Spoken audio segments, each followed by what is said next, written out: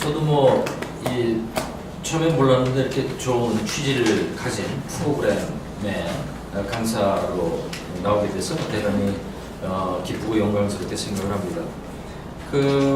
제가 뭐 이제 너무 저는 PPT로만 하면은 좀 전달되는 정보가 너무 적어가지고 되게 텍스트를 가지고 나옵니다. 그래서 좀 많긴 하지만 뭐 이거 다 하려고 하는 것이 아니라 그 중에서 요약해가지고 제가 한번 화두를 던지고 어떤 문제점을 제기하고 그것에 대해서 논의되는 어떤 문제점들 이런 것들을 좀 같이 공유할 수 있도록 이렇게 한번 해보겠습니다.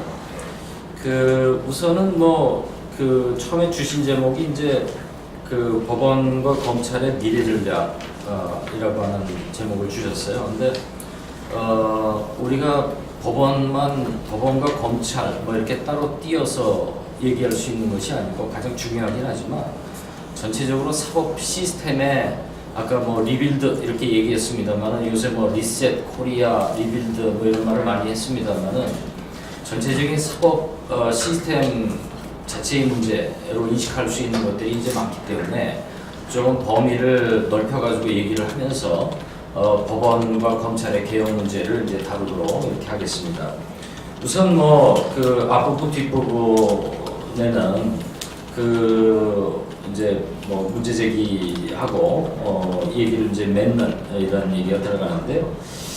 사법부의 존재 이유가 뭘까라고 이제 한번 생각을 해보면은 역시 사법이라고 하는 것이 어떤 사회에 잘못된 어떤 행위를 한 사람들을 수사하고 기소하고 재판하고 처벌하고 이래가지고 이제 사회를 정상적인 시스템을 유지하자 이런 것이겠죠. 그런데 이제 이러한 강력한 어떤 처분들이 나오는 것이기 때문에 인권 침해의 소지가 굉장히 큽니다. 그리고 이러한 것들이 어떤 개인의 자유를 속박하는 경우도 있고 개인의 재산을 박탈하는 경우도 있죠. 재산형, 자유형 이러한 것들을 이제 연상하시면 금방 이해가 가겠습니다만은 그렇기 때문에 여기서 불공정 시비가 굉장히 일어날 수 있는 부분이죠.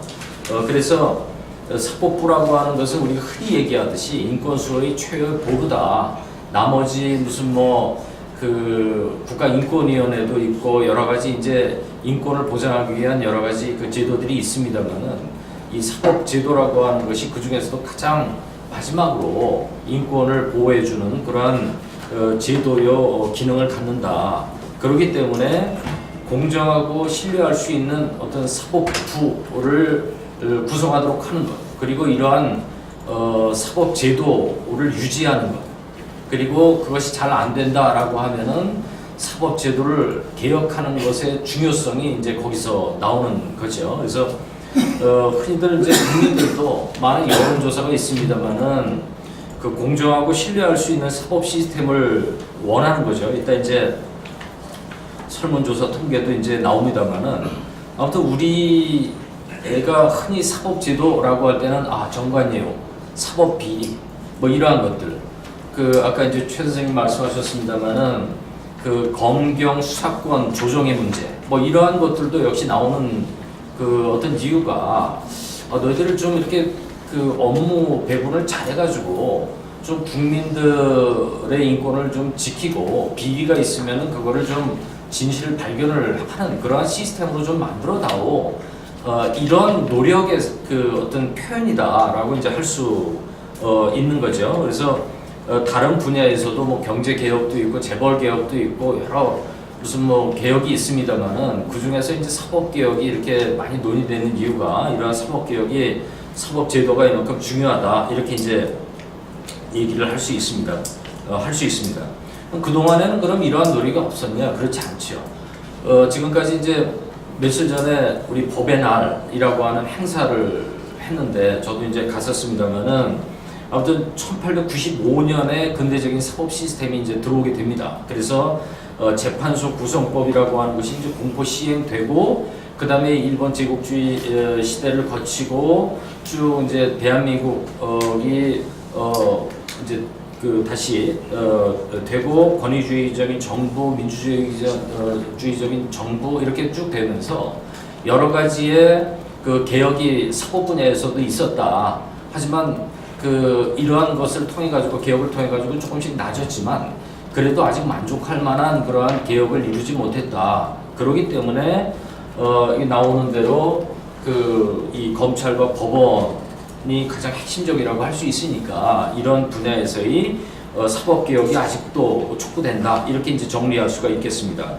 그 여기 나옵니다만은 그 이제 그럼 어떠한 것이 사법개혁의 목표냐, 법원과 검찰을 개혁하면은 어떠한 것을 지향점으로 삼느냐라고 하는데 뭐 여러 가지 얘기가 있습니다만은 잘 그래도 정리가 된 것을 보면은 항상 그 이 사법 권력하고 정치 권력하고는 불가분의 밀접한 관계를 갖기 때문에 정치 권력에 종속되는 것이 아니라 정치 권력을 통제를 해가지고 정치 권력이 국민에게 봉사할 수 있는 뭐 좀 법적으로 얘기하면 국민 주권이 실현될 수 있게끔 이렇게 하는 것이 중요하다라고 하는 것이 이제 첫 번째이겠고요.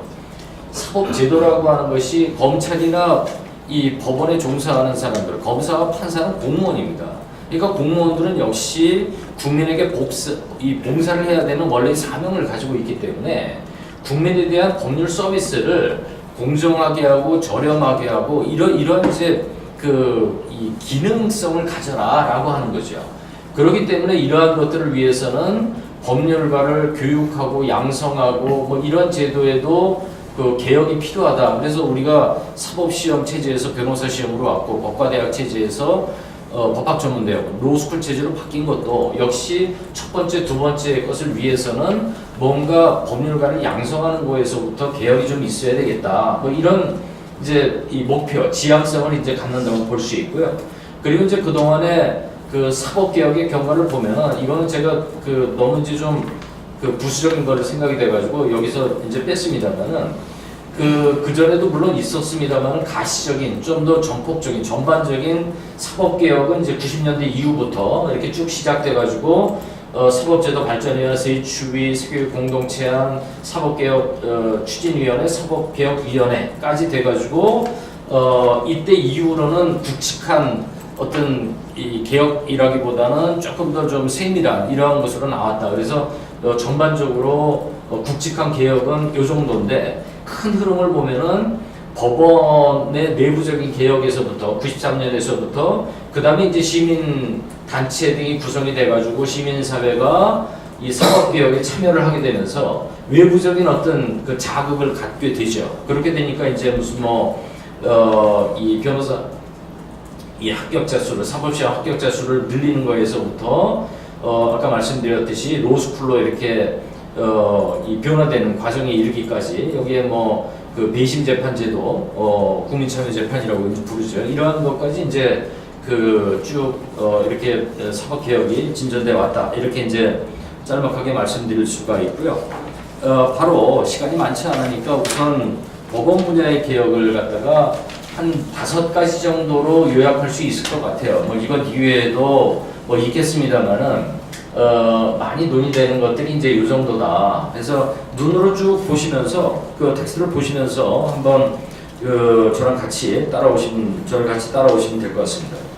법관의 증언이 문제가 되는 것이 가장 근본적인 이유가 너무 법관들의 업무 부담이 너무 크다. 제가 수치를 좀 해놨습니다만은 대법관 1인당 한 해에 3,000건 이상의 사건을 처리하고 있다. 그러니까 어마어마하죠. 물론 여기서는 간단한 사건도 물론 있지만 어떻게 365일에 3,000건이라고 하면은 도대체 하루에 몇 건을 처리하는 거냐.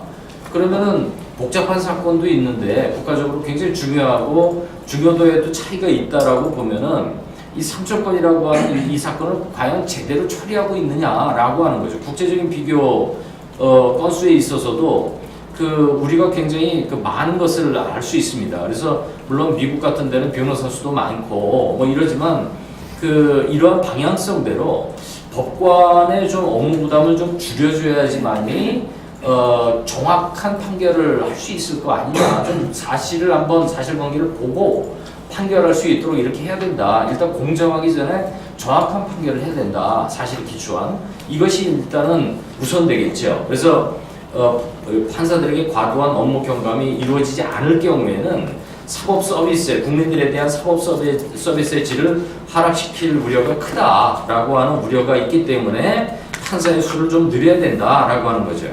근데 이제 이러한 주장에 대해서는 판사가 많아지면 질이 떨어져. 이런 그 주장이 있습니다. 거기에 대해서는 또 제 반박이 그러한 주장은 사법규정적인 논리다. 그러한 사고 자체가 문제다. 조금 수를 늘려가지고 좀 분담을 해야 된다. 이런 이제 제 반박이 있는 것이고요. 그래서 이제 미국의 군 판사 제도는 제가 한 1년 동안 가 있으면서 그 군 판사 모임에서도 봤는데 아무튼 거기서는 직업법관이라기보다는 카운티 판사들은 그 선거로 뽑힙니다. 그래서 거기서 좀 그 상식적인 사람, 물론 선거가 항상 그렇지는 않지만 좀 이 상식에 기초한 그러한 이 판결을 좀 유도한다. 뭐 이것은 미국의 역사적 경험이 반영됐기 때문이지만 아무튼 이러한 제도를 유지하는 배경과 이유도 좀 참고할 필요가 있다. 뭐 이런 생각을 하게 되고요. 그 다음에 이제 그럼 수만 늘어나면 되는 거냐라고 하는 관점에서 이제 그 보게 되는데요. 법관이 전문화돼야 된다. 그리고 법원도 전문 법원이 좀 많이 생겨야 된다라고 하는 거죠. 수만 늘어서 되는 것이 아니고 뭐 지금처럼 형사법원에도 갔다가 민사법원에도 갔다가 무슨 행정법원에도 갔다가 이렇게 되면 전문성이 떨어진다라고 하는 거죠. 이거는 뭐 일반 그 공무원들도 순환 보직제를 통해 가지고 전문성이 떨어진다라고 하는 거고 이제 비슷한 맥락으로 봐야 되는데 아무튼 이 판사들도 만능이 아니기 때문에 자기가 뭐 가령 특허에 뭐 주로 한다라고 하는 특허를 계속할 수 있게끔 행정법원, 가사, 민사형사 뭐 이러한 좀 그 전문성이 이루어지도록 해야 되고 외국에 보면은 제가 이제 독일과 미국의 예를 들어놨습니다만은 무슨 뭐 노동법원도 전문성이 필요한 법원이고 그리고 사회가 고도화될수록 사회법원이 필요하다라고 하는 거죠. 저도 이제 독일에서 공부를 했기 때문에 사회법원 이 판례집 있는 걸 보면은 야, 이거 정말 전문화되고 있구나. 뭐 이런 생각을 이제 하게 됐는데 아무튼 재정법원 그리고 미국의 경우에 있어서는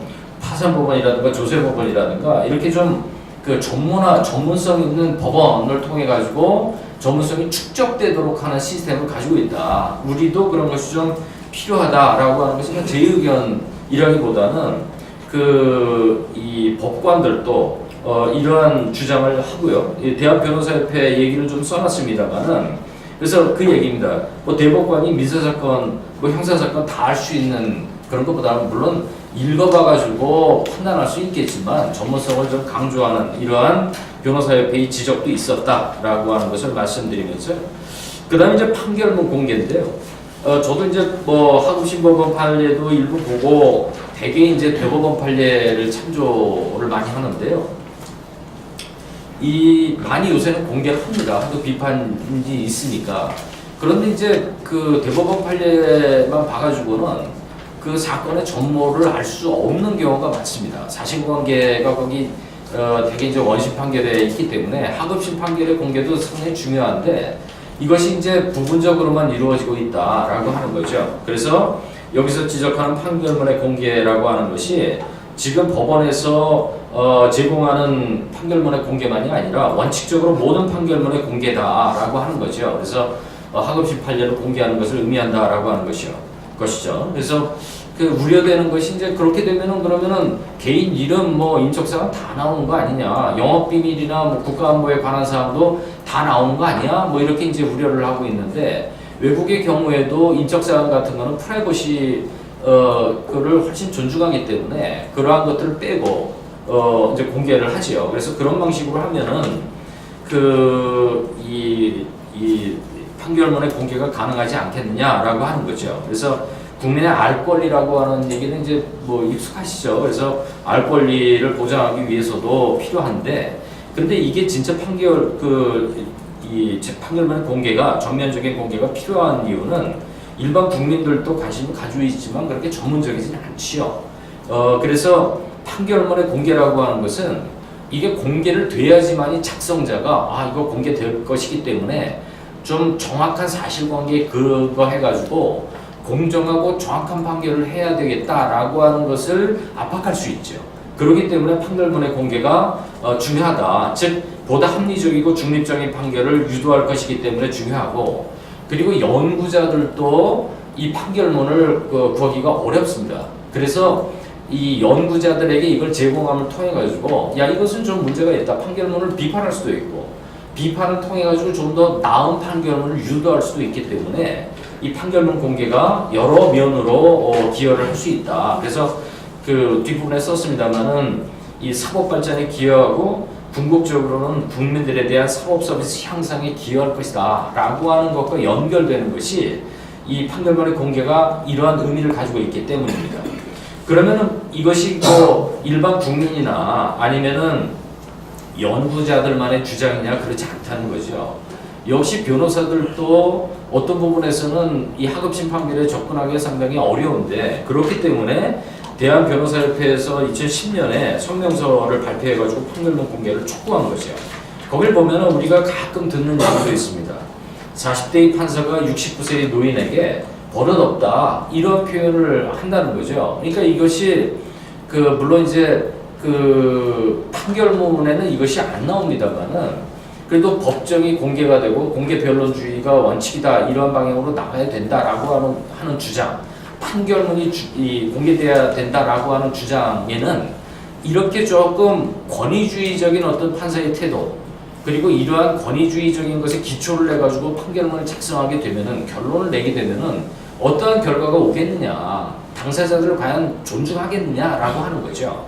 그렇게 되기 때문에 이러한 것에 대해서 문제가 제기가 됐고 국가인권위원회에서 서울중앙지방법원 이 판사가 속해 있는 주의공고 조치를 한 거죠. 이렇기 때문에 변호사들이 이제 판사를 평가를 하는 이제 그 작업은 진행되고 있거든요. 거기다가 얼마 전부터는 검사도 평가를 하자 해가지고 이것도 진행이 되고 있습니다. 그러니까 너무 권위주의적이고 고압적이고 그리고 거기에 참여하는 국민들, 당사자들의 인권을 존중하지 않는 것을 시정할 수 있는 그러한 방향으로 나아가고 있다. 그리고 대한변호사협회에서도 이러한 것을 절실하게 요구를 했다라고 하는 정도로 여기서 보시면 되겠습니다. 그 다음에 이제 그럼 대법원은 어떤 태도를 취하고 있냐라고 하는 것이 이제 그 다음에 나오는데요.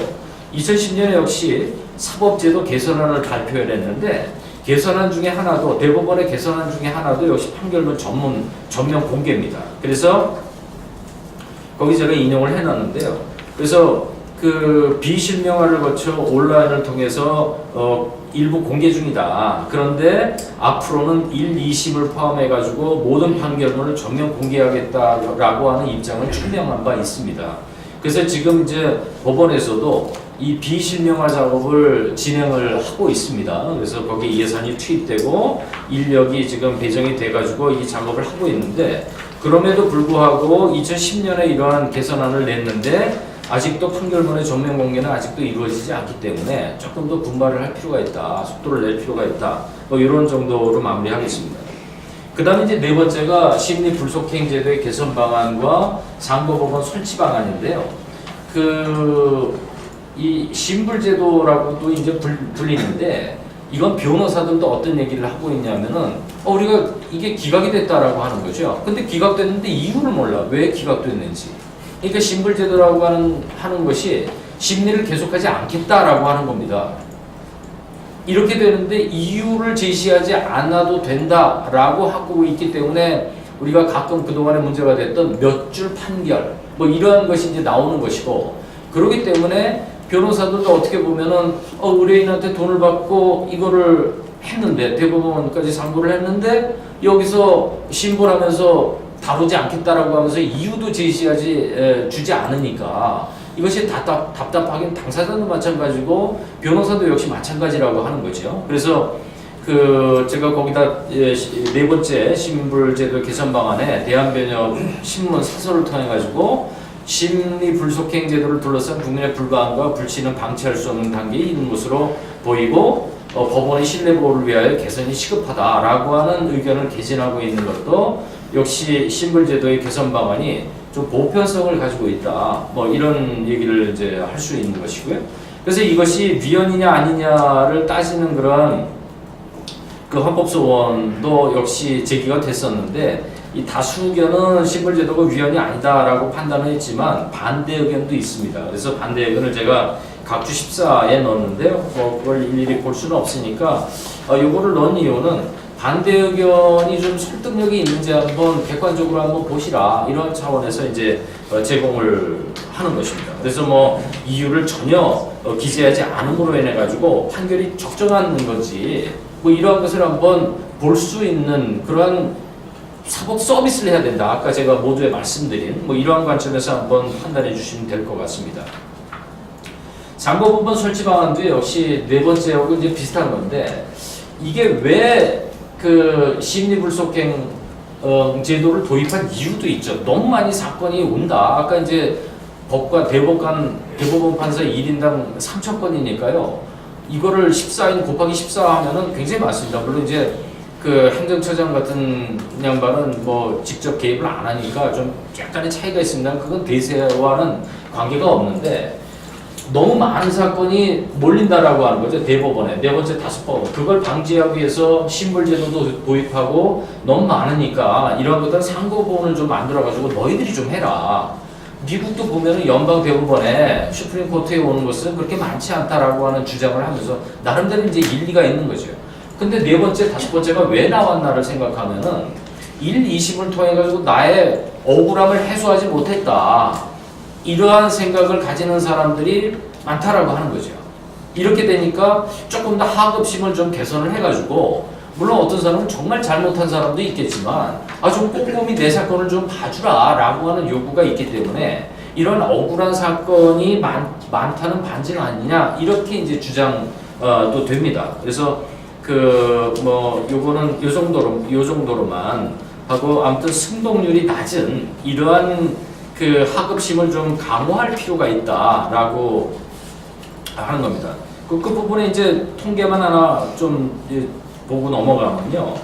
그 다섯 번째 상고법원 설치 방안 그 부분에 이제 그 대법원에는 2013년 기준으로 해가지고 36,000건의 상고 사건이 접수가 됐는데 그러면은 대법원장하고 행정처장 빼면은 1인당 상고 사건은 약 3,000건 아까 모두에 말씀드린 이러한 수치가 이제 나오는 거예요. 그래서 이걸 해소하기 위해서 상고가제와 신불제도를 도입을 했는데 이러한 것이 이제 그 이렇게 제도가 받아들여졌다가 어떤 때는 폐지가 됐다가 계속 논의됐다 하는 이유가 이제 거기에 있다라고 하는 거죠.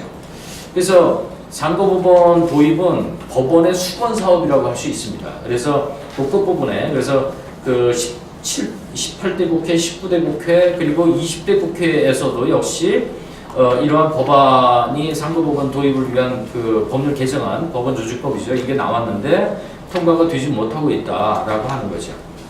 자, 그 다음에 이제 검찰 분야의 개혁입니다. 검찰 분야의 개혁인데 OECD 국가 중에서 우리나라 검찰의 권력이 가장 큰 것으로 평가되고 있다. 뭐 OECD라고 얘기하면은 뭐 나머지 국가 뭐 200여 개 되는 국가에서 좀 이상한 국가, 그러니까 자유민주주의 국가로 분류할 수 없는데 빼고는 그 우리나라 검찰 권력이 이제 가장 크다 이렇게 이제 평가할 수 있는데 아무튼 수사에 관한 광범위한 이 권한, 수사 지휘권, 종결권, 영장 청구권, 기소권, 공소유지권, 형집행권 등을 지니고 있다라고 하는 거죠. 그래서 아까 우리 최현정 선생님도 말씀하셨습니다만은 이것이 이제 대통령 선거 때마다 주제입니다. 그래서 조금 이제 이따 손병호 그 변호사님께서도 한번 이제 그 토론을 아무래도 거기에 관심이 많으실 거고 토론을 해주시겠습니다만은 검경 수사권 조정 문제. 뭐 옛날에는 경찰의 수사권 독립이라는 표현을 쓰다가 이제 조정이라고 하는 표현 이제 쓰고 있는데 아무튼 여기서도 너무 검찰이 많은 권한을 가지고 있기 때문에 절대 권력화하고 있다. 모두에 말씀드렸듯이 정치 권력과 이게 유착을 하게 되면서 아무튼 문제가 굉장히 많다. 뭐 이런 얘기를 해결하기 위해서 어떤 방법이 있느냐. 뭐 이러한 것들이 이제 주로 얘기가 되고 있죠. 검찰 자체에도 수사 인력이 있습니다. 검찰 수사관들이죠. 그래서 그럼에도 불구하고 경찰에 대한 수사 지휘권을 지니고 있고 수사 개시를 할 수 있는 권한만이라도 좀 나눠달라 해가지고 우리 형사소송법을 개정을 해가지고 얼마 전에 몇 년 전에 이제 개정이 됐어요. 그래서 개시는 경찰 스스로 이제 할 수 있는 거죠. 그러니까 워낙 강하게 나오니까 일부 좀 바람을 빼주는 좀 속되게 얘기해서 뭐 이런 이제 그 제도 변화가 있었는데 그럼에도 불구하고 중요 사건 수사가 문제가 되는 것이다. 그러니까 일반적인 사건에 대해서는 그건 큰 이슈가 되지도 않고 문제가 되지 않기 때문에 관심도 별로 없기 때문에 그런 건 너희들이 알아서 하고 중요한 사건에 대해서는 퍼센테이지가 낮다고 해가지고 이게 경찰에 다 주어지는 것이 아니고 중요한 사건은 아직도 그 수사 개시권과 유지권을 가지고 있다라고 하는 이제 주장이 있는 거죠. 그래서 이러한 제도뿐만이 아니라 우리나라의 특유한 정치적 사회적 요인이 있습니다. 아까는 이제 그 말씀드린 어떤 정치권과의 유착으로 가장 대표될 수 있는 이러한 이 요인도 검찰 권력이 강화되는 계기를 제공했다라고 하는 거죠. 거기다가 이 검찰 조직이라고 하는 것이 획일화된 검찰권의 구조라고 하는 거죠.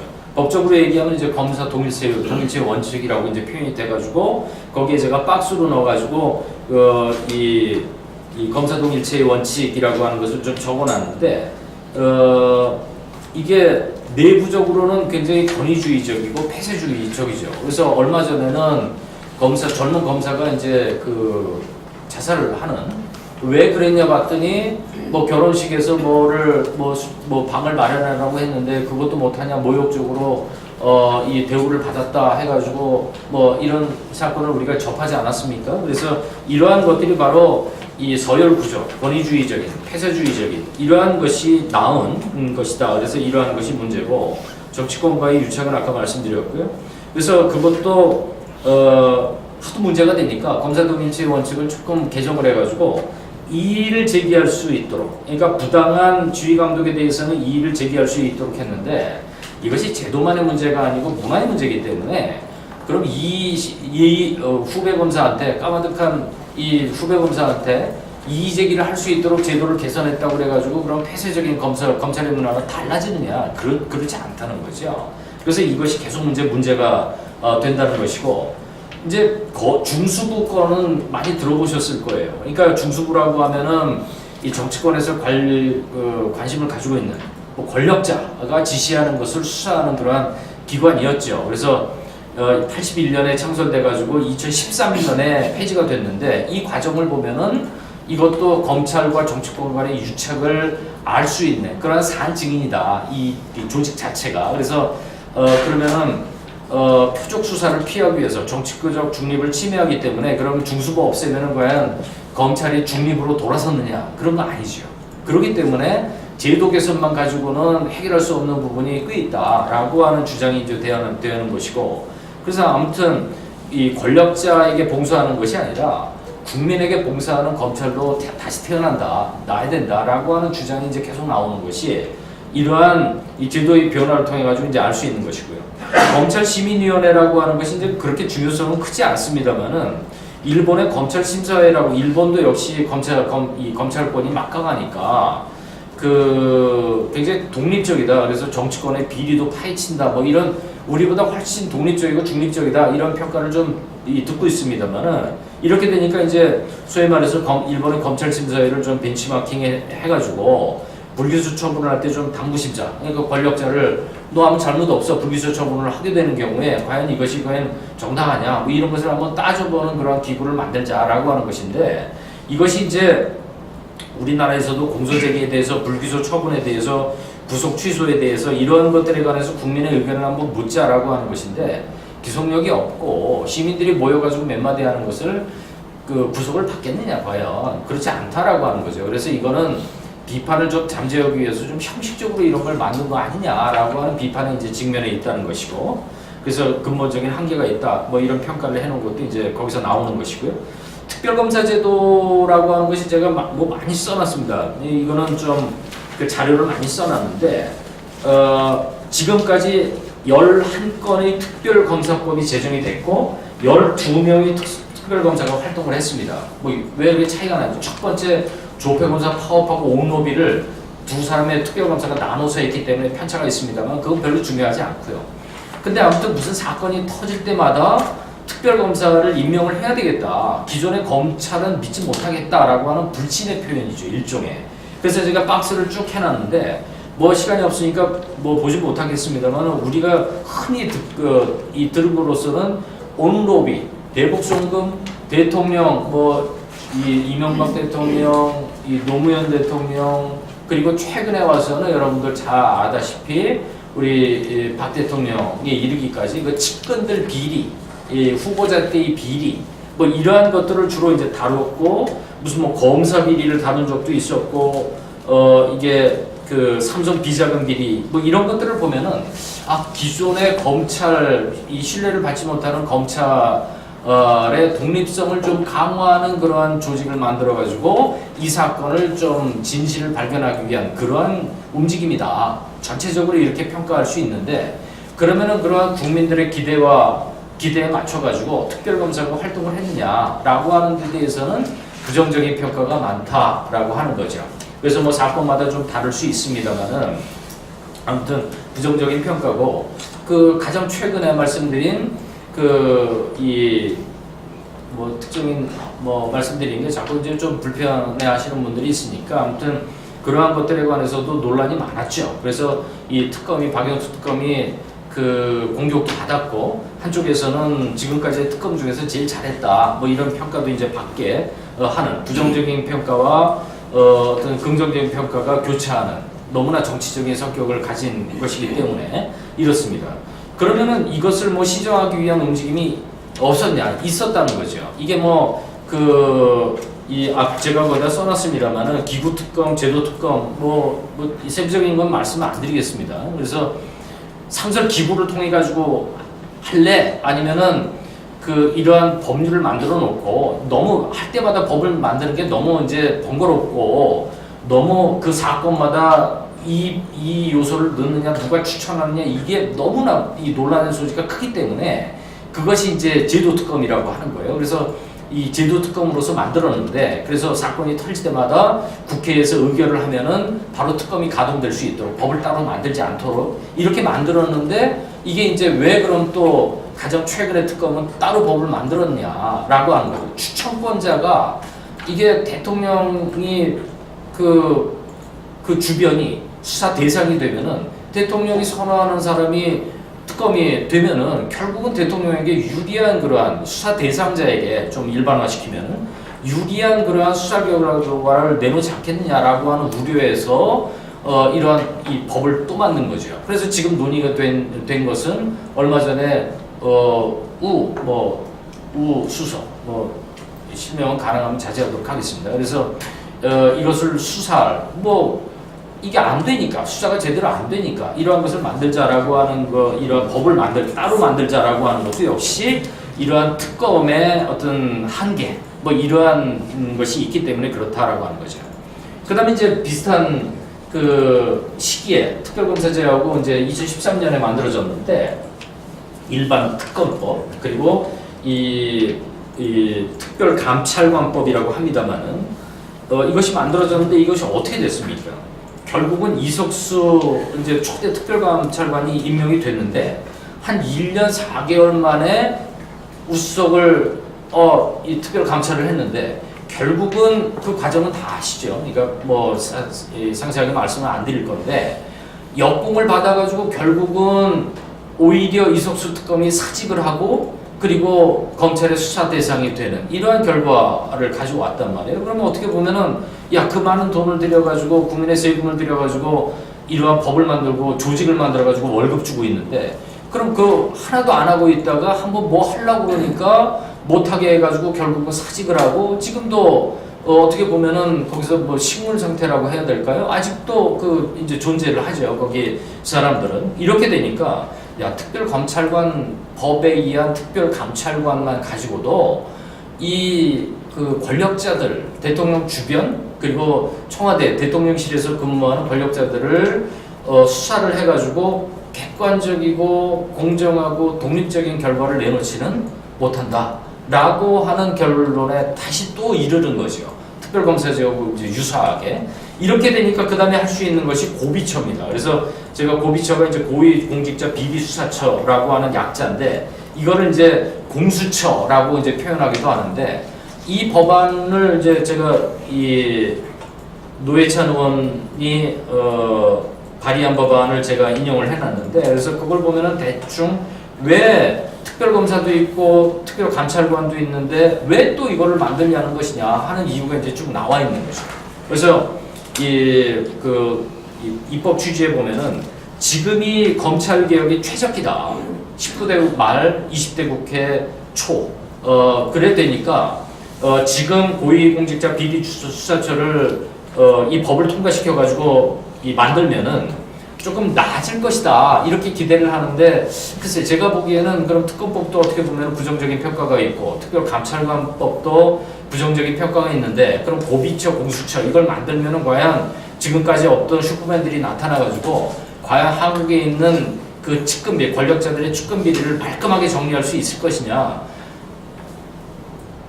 그죠? 그러니까 여기에는 법을 만들고 조직을 만들어도 많은 노력이 필요하다 이렇게 이제 평가할 수 있습니다.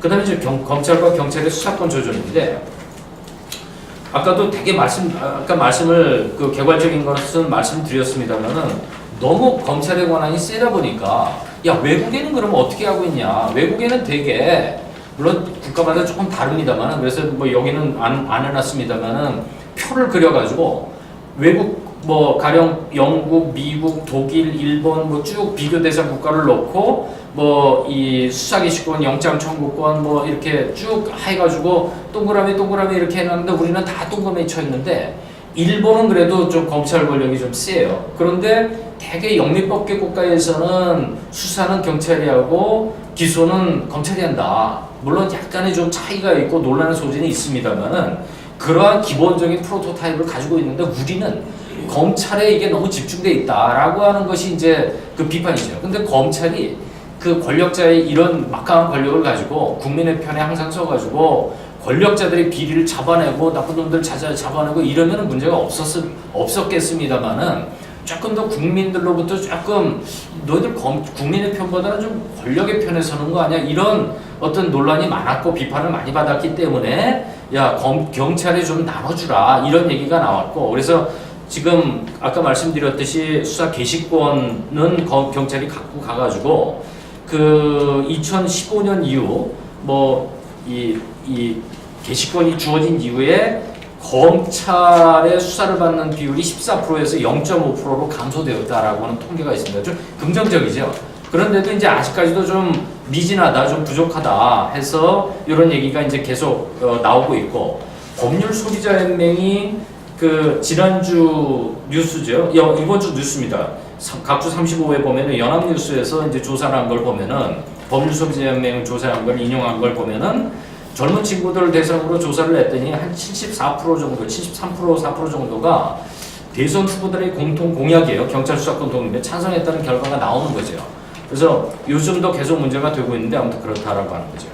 자, 이제 그 원래 저한테 주신 미션, 그러니까 검찰과 법원에 대해서는 이 정도로 이제 마무리가 됩니다. 그런데 아까 말씀드렸듯이 전체 좀 법조 3년이라고 그러잖아요. 이것이 이제 법원, 검찰, 변호사 이렇게 하는데 나머지 분야는 이제 좀 관련돼가지고 빨리 한번 스킵을 한번 해보면은 변호사의 적정한 숫자가 이제 로스쿨 제도 해가지고 사법시험 제도, 변호사 시험 제도 말들이 많았잖아요. 그래서 아직까지도 사법시험 제도로 부활하라 이런 얘기가 이제 아직까지도 있는데 아무튼 올해 2, 3차 시험이 돼가지고 이제 종료가 됩니다. 사법시험은. 그래서 변호사 시험은 지금 6회 이제 얼마 전에 났거든요. 그 시험 결과가. 그래서 이쪽으로 쭉 가게 됩니다.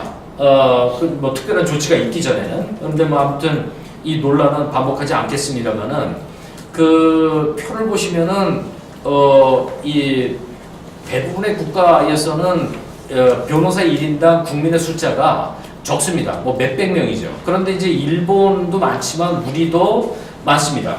가장 최근의 자리 2016년에 변호사 1인당 국민의 숫자가 우리나라의 변호사가 좀 증가해가지고 2,374명, 2,400명 정도가 됩니다. 근데 이제 변호사 쪽에서는 변리사, 관세사, 법무사 이런 거 다 합치면 우리도 유럽 수준이야 이렇게 이제 주장을 합니다. 거기에 대해서는 이 정도만 하고 넘어가고요. 이 변호사의 이 보수 얘기입니다. 얼마 전에 이번 달에 변호사 서울변협에서 통계낸 걸 보면은 평균적으로 변호사가 한 달에 수임하는 건수가 1.69건입니다.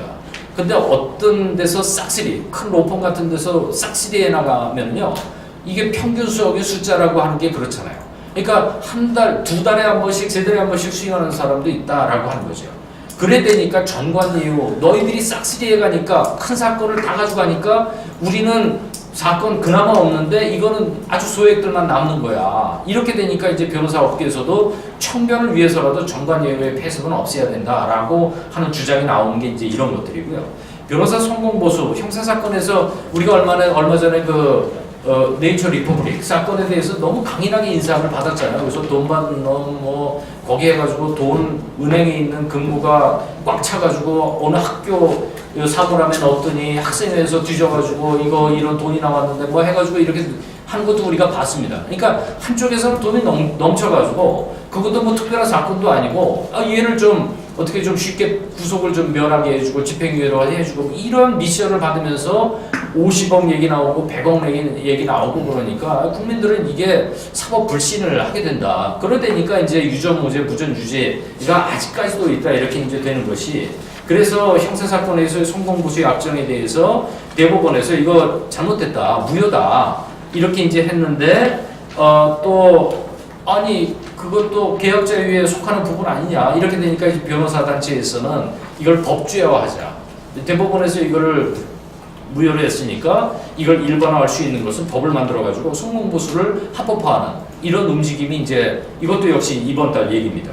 법률시장 개방의 대응인데요. 오늘도 아까 제가 대성원에서 하는 행사에 갔다 왔는데 아무튼 1, 2, 3단계 있는데 3단계가 다 풀렸습니다. EU 미국 이 FTA를 통해 가지고 3단계 다 풀려 가지고 이제는 조인트 벤처 해 가지고 의결권만 49%까지 같이 합작도 할 수 있고 한국 사건도 맞출 수 있는데 그래서 어디서는 이 큰 회사는 우리나라에 진출한 큰 회사는 연간 매출액 100억 원 이상을 드디어 올렸다 이런 거죠. 그래서 앞으로 그럼 어떻게 될 거냐? 한국 법률 시장을 이 자본이 강한 외국 법률 회사가 먹어버릴 거야. 독일도 그랬어. 이런 우려가 있는 거죠. 이렇게 되니까 이제 외국 러펌의 지분율을 42% 제한하는 법이 잘못됐다 해가지고 몇 개 대사들이 와가지고 항의하는 일도 벌어지는 장면을 이제 뉴스를 통해서 보신 게 이런 얘기입니다.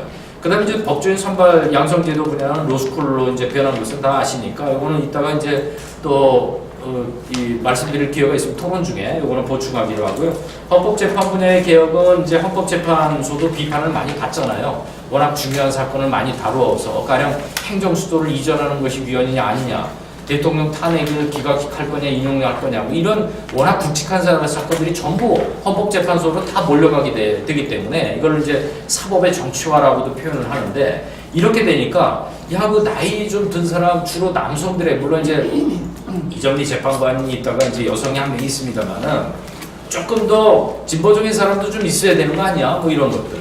법관만이 아니고 좀 일반적인 무슨 사람도 좀 있어야 되는 거, 운동가도 좀 있어야 되는 거 아니야? 또 다른 무슨 어떤 분야에 있는 사람도 좀 있어야 되는 거야? 아니야? 이것이 이제 헌법재판부 구성의 다양화라고 하는 말로 압축할 수 있습니다. 그 다음에 이제 법조비리 근절을 위한 방안으로 해가지고 법조비리와 정관예우인데요. 이것도 이제 많은 제도적인 개선이 있었는데 그럼에도 불구하고 네이처 리퍼블릭 보니까 이게 벌써 좀 감소됐는지 알았더니 이게 암암리에 이게 이렇게 큰 게 이게 있는 걸 보니까 이게 아직도 이게 만연해 있어. 큰 사건에 의해서는 이렇게 이제 느끼고 있는 거죠. 그래서 법조비리와 정관예우를 근절하기 위한 여러 가지 제도적인 방안을 마련을 했는데 그럼에도 불구하고 아직도 있더라. 그래 되니까 이제 비리 법조인에 대한 징계를 강화하자 해서 변호사 대한변협 들어가 보시면은요 징계받은 변호사 다 나옵니다. 쭉 나옵니다. 그래서 한번 보시면은 그래도 옛날보다는 비리 법조인에 대한 징계가 강화됐다. 법조 브로커인데요. 제가 법조 브로커를 얘기를 하면은 법조 브로커가 뭐가 문제인데 이거 하나의 그 직업으로 인정할 수 있는 거 아니야? 직업이 자유에 들어가는 거 아니야? 이렇게 되는데 법조 비리가 여기 제가 통계를 놨습니다만은 가불관계가 어떤 때 바뀌어요. 오히려 이 법조 브로커가 변호사를 고용하는 식으로 이제 사건을 주는 거죠. 너 사건 받을래 안 받을래? 나한테 얼마 줄 건데 30%, 50%, 60%까지 되는 경우도 있답니다. 그래서 제가 거기 인용을 신문도 넣고 어디 서울변협 자료도 넣고 그랬는데 이렇게 되면 뭐가 문제냐? 아이고 능력 있으니까 하는 거 아니야? 이렇게 되는데 그게 다 법률 소비자들, 일반 국민들에게 전가가 된다는 거죠. 그 변호사는 어떻게 하든지 간에 자기가 그 기회비용을 확보를 해야 될 거 아니에요. 그래 되니까 제 주는 걸 빼고 이제 계산을 한다는 거죠. 이렇게 되니까 결국 피해는 국민이 본다라고 하는 거죠. 거기서 이제 불법과 비리가 거기서 이제 발생을 한다라고 하는 것이고요. 그래서 이 정도로 좀 정리를 하고요. 그 다음에 이제 국민참여재판은 아까 잠깐 말씀드렸으니까 이건 뭐 중요 사항이 아니니까 법조에 일어나도 너무 검판사가 너무 젊으니까 경험이 없으니까 우리가 흔히 하는 말로 그 다양한 사건들, 인간관계에서 발생하는 사건들을 어떻게 판단을 하고 이게 결정을 할 거야? 이렇게 되다 보니까 이제 그 경력 있는 변호사들 중에서 뭐 미국이 그렇잖아요. 그래서 변호사 중에서 능력이 검증된 사람들, 좀 나이도 어느 정도 되고 삶의 경험도 풍부하고 이런 사람들 중에서 그 검사 판사를 좀 뽑는 것이 낫지 않아? 뭐 이렇게 해가지고 일부 지금 시행을 하고 있습니다. 그래서 그렇고요. 맺은 말입니다. 아까 모두에 말씀드린 바와 같이 이 사법제도라고 하는 것이 이제 원론적인 데에 있어서는 국민에게 봉사해야 되는 거죠. 다 동일합니다. 근데 너희 권한을 좀 축소해. 사람 많이 뽑아. 이렇게 되면은요. 판사들 반발하죠. 법원에서 조직적으로 반발하죠. 검사 반발하죠. 검찰 조직에서 반발하죠. 그리고 변호사들도 야 이거 우리 그 수익 주는 거는 용납 못하겠다. 청년들이 저렇게 어려워하고 있는데 이거 변호사 강제주의 같은 것도 국민들을 위해서는 강제하지 말아야 되는데 그것도 야 이것도 의무화해야 돼. 뭐 이런 것들을 많이 이제 얘기하고 있는 이유가 당사자들 이해 집단의 입장에서 보면은 이게 그 반드시 일치된 의견만 주지는 않는다는 겁니다. 그런데 이제 사법개혁, 사법제도의 존재 이유를 말씀을 드렸는데 국민을 위해서 봉사를 해야 된다. 편하고 좀 액세스하기 쉽고 접근 가능성이 좀 더 높고 좀 저렴하게 이용할 수 있고 이래야지만이 국민들이 좀 서비스를 제공받는 이런 입장에 되도록 사법제도가 만들어져야 되고 이러한 것을 위해서 사법이 개혁돼야 돼 라고 하는 것에 초점을 맞춰야 된다라고 하는 거죠. 어느 특정한 직역을 위해서 초점을 맞추고 거기에 지향성을 갖다 보면은 결국은 일반 국민들은 사법 서비스를 이용하기 힘들게 되고 포기하게 되고 돈을 너무 많이 들게 되고 송사가 되면은 완전히 가산을 탕진합니다. 요새도. 그래서 외국 같은 데서는 무슨 뭐 법무보험 뭐 이런 게 있어가지고 우리가 자동차 보험을 내듯이 얼마 내면은 나중에 거기에 해당되는 이제 사법 서비스를 받는다. 뭐 이런 것들도 우리도 얘기는 많습니다만 아직 도입이 안 되죠. 그래서 이것도 역시 당사자마다 다른데 그래서 아무튼 그 국민들에게 조금 더 편리하고 저렴하고 공정한 사법 서비스가 되어야 됨과 동시에 그리고 이제 법률 개방 이런 것에 대응해서는 외국의 이 자본이 이 로펌과 함께 들어오면은 우리가 돈만 내고 역시 많은 것을 좀 잃어가는 이러한 것이 될 수 있기 때문에 경쟁력 있는 변호사들을 많이 길러내가지고 우리도 지킬 것 지키고 공정한 시스템을 만들어가지고 좀 억울한 사람이 좀 줄어들게 뭐 어느 나라에 그런 뭐 나라가 있겠습니까만은 그래도 정도의 차이는 있으니까 그런 것을 위해서 우리 이 사법 개혁이 돼야 되는 거 아니냐. 그리고 이 판사와 이 검사가 영감님 소리를 들으면서 국민의 군림하는 그러한 어떤 권위주의적인 폐쇄주의적인 집단이 아니라 국민에게 뭔가 내가 이렇게 혜택을 받았으니까 서비스를 하겠다, 공정하게 하겠다 이런 방향으로 좀 나가야 되지 않느냐. 뭐 이런 말로서 매진을 하고요. 뭐 제가 너무 많은 뭐 읽을 거리를 드려가지고 좀 급하게 왔는데 나머지는 토론 시간에 또 자유 토론이 있을 걸로 기대하고 있으니까요. 그런 시간에 같이 한번 고민해보는 그런 시간이 됐으면 좋겠습니다. 경청해 주셔서 감사합니다.